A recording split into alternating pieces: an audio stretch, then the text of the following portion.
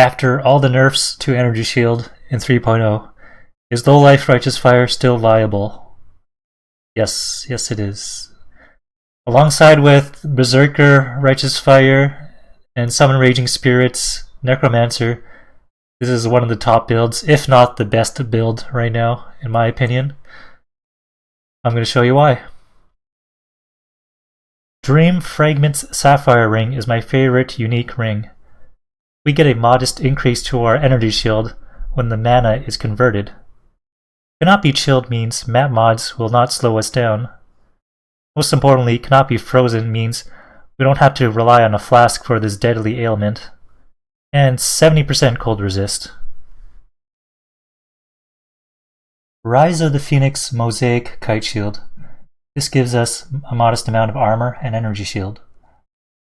Most importantly, it gives us 8% to maximum fire resistance, which is important because Righteous Fire deals fire damage to ourselves. And we got the interesting part.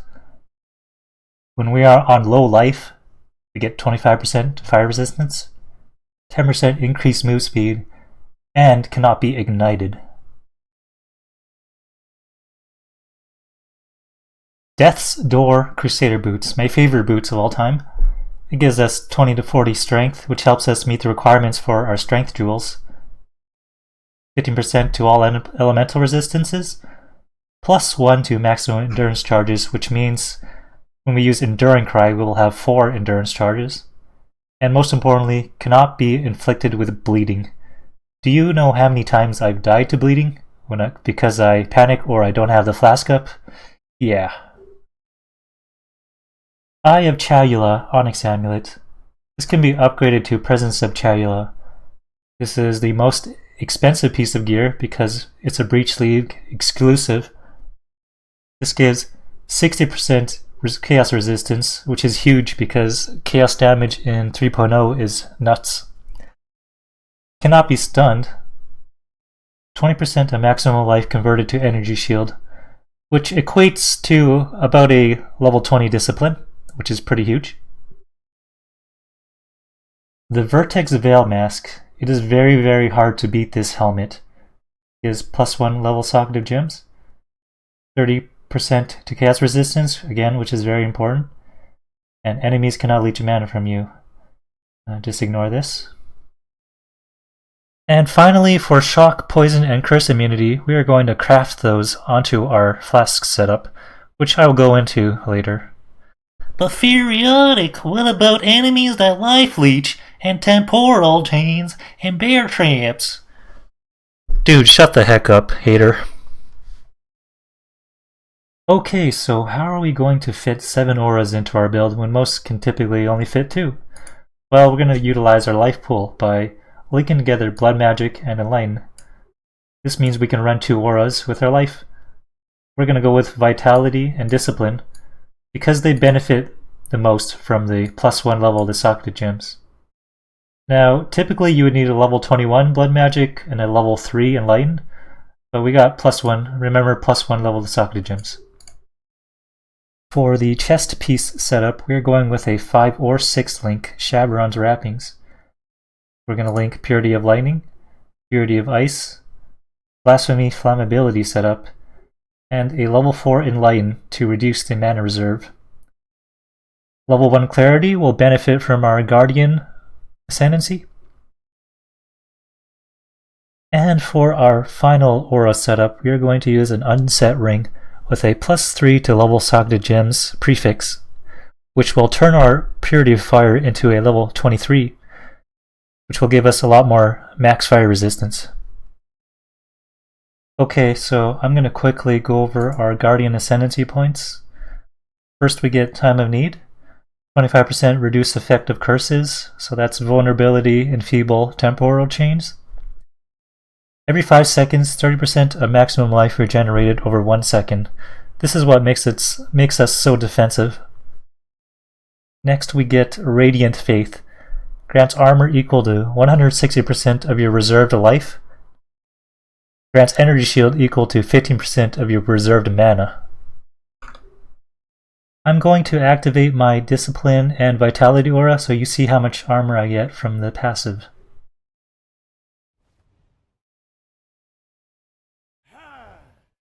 So it went up about 5,000 armor just from that Guardian Ascendancy. Let's activate the rest. Purity of Fire, Purity of Lightning, Purity of Ice, Flammability, and Clarity. So you can see our energy shield jumped up by 800. The single ascendancy point is just insane. Next we get Unwavering Faith. For each aura you have active, you get 1% physical damage reduction and 0.2% maximum life regen per second. This is why we run level 1 Clarity. And finally, Prayer of Glory. You get 15% attack speed, movement speed if you use a War Cry recently. Using War Cries is instant. War Cries cost no mana. So if you're just moving around, cast the War Cry, it's pretty fast. Also, there's a neat trick. You can cast it and cancel it with your shield charge animation. Like that. We want as much max fire resistance as we can get. With our full skill tree and our Guardian Ascendancy, we have 79% aura effect in total. So how do we reach the 80% breakpoint? Well, we're going to use Conqueror's Potency Jewel. This gives 3% increased aura effect. So you can see my maximum fire resistance goes from 90% to 91 when I put it in.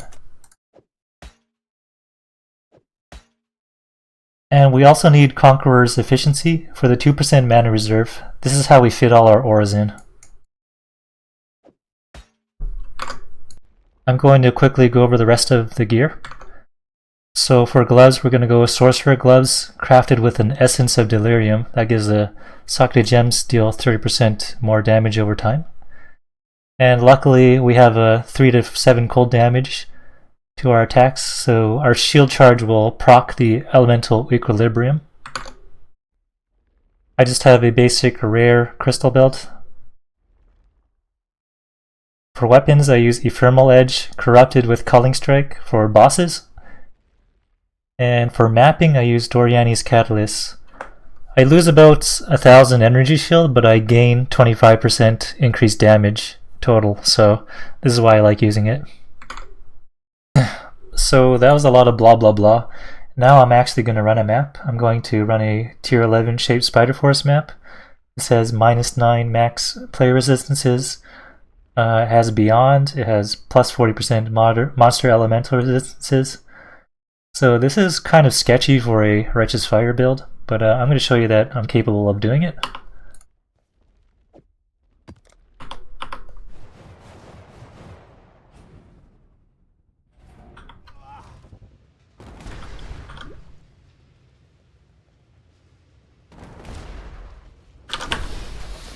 God bless you. Fine day.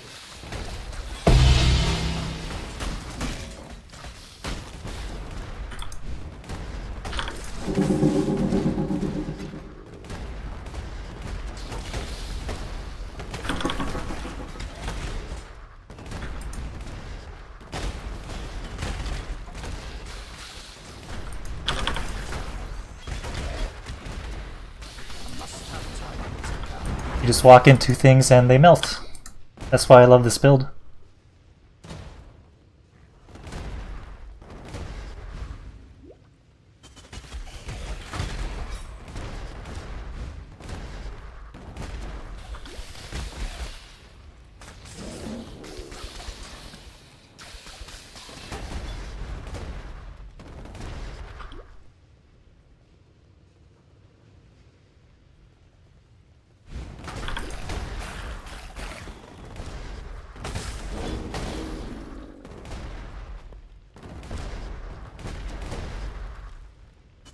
Alright, so switch area effect for a concentrated effect.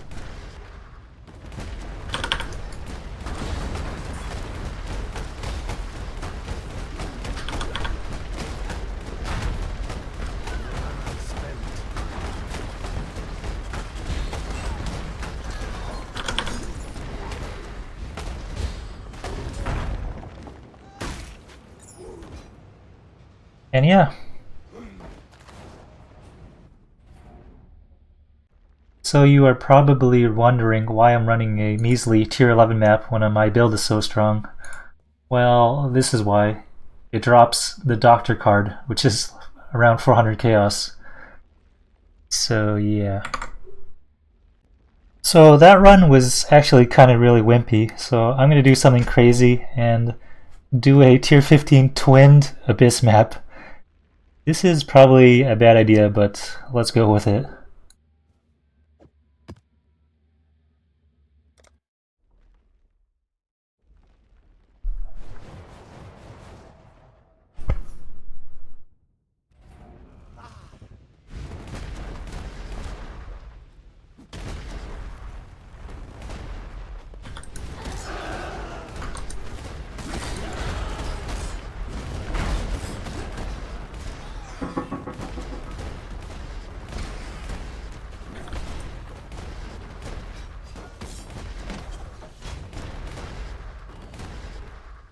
I must have talent.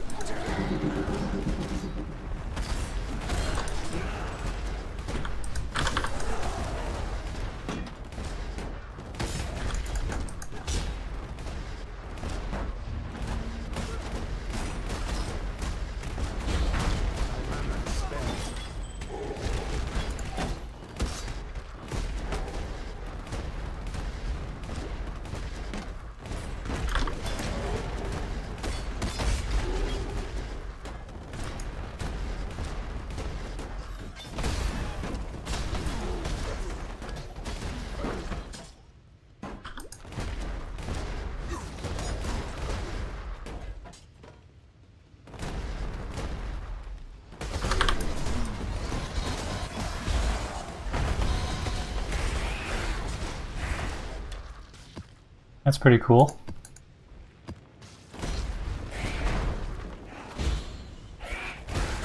Get out of my way.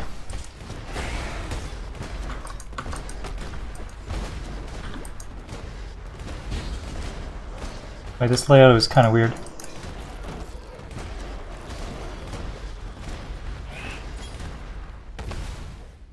Alright.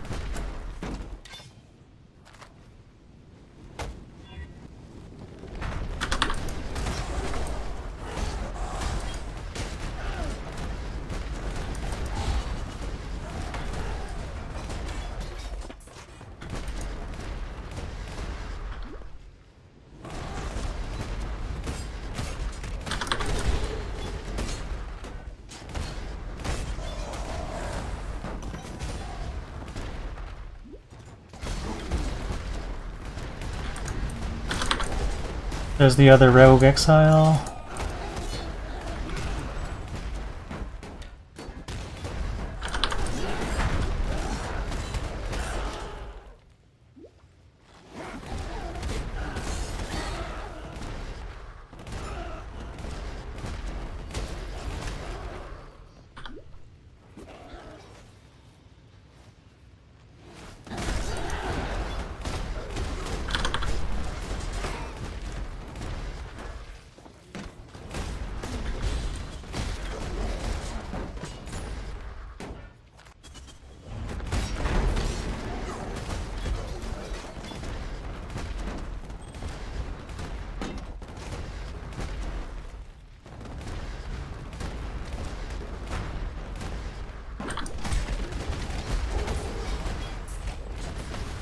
And there's a breach. Spider breach. Pretty scary. But not really. Let's make sure I pop my Veil Discipline.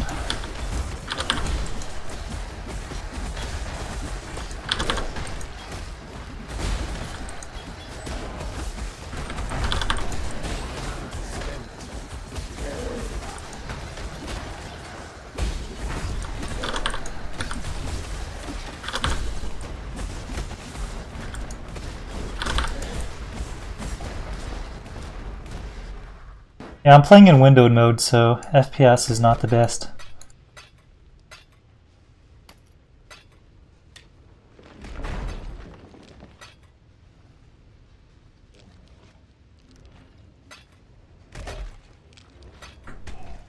What item level is that? 83.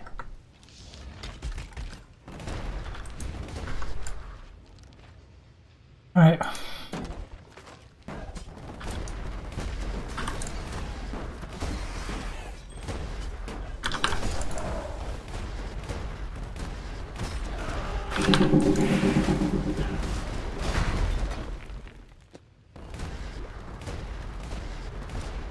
This is where we die.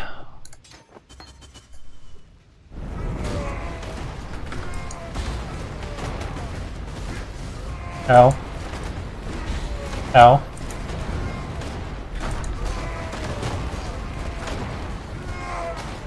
This is nutty.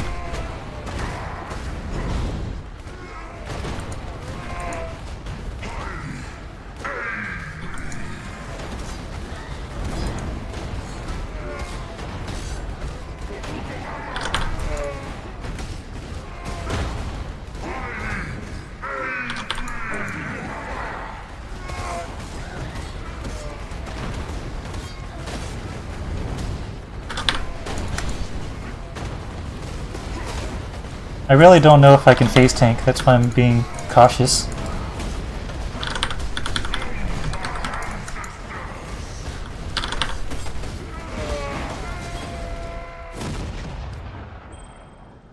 And there you go, twinned tier 15 map. The thing I like about this build is for under 40 chaos you can have around 5,000 energy shield.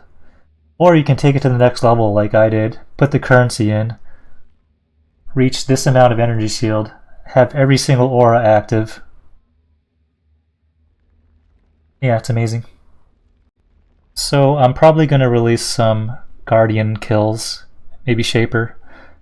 I'm kind of burnt out on this build because I grinded so hard for the gear. My next build will be a Nagahamu Flame Axe, Elemental Immune Scion, which would be pretty fun. So see you then.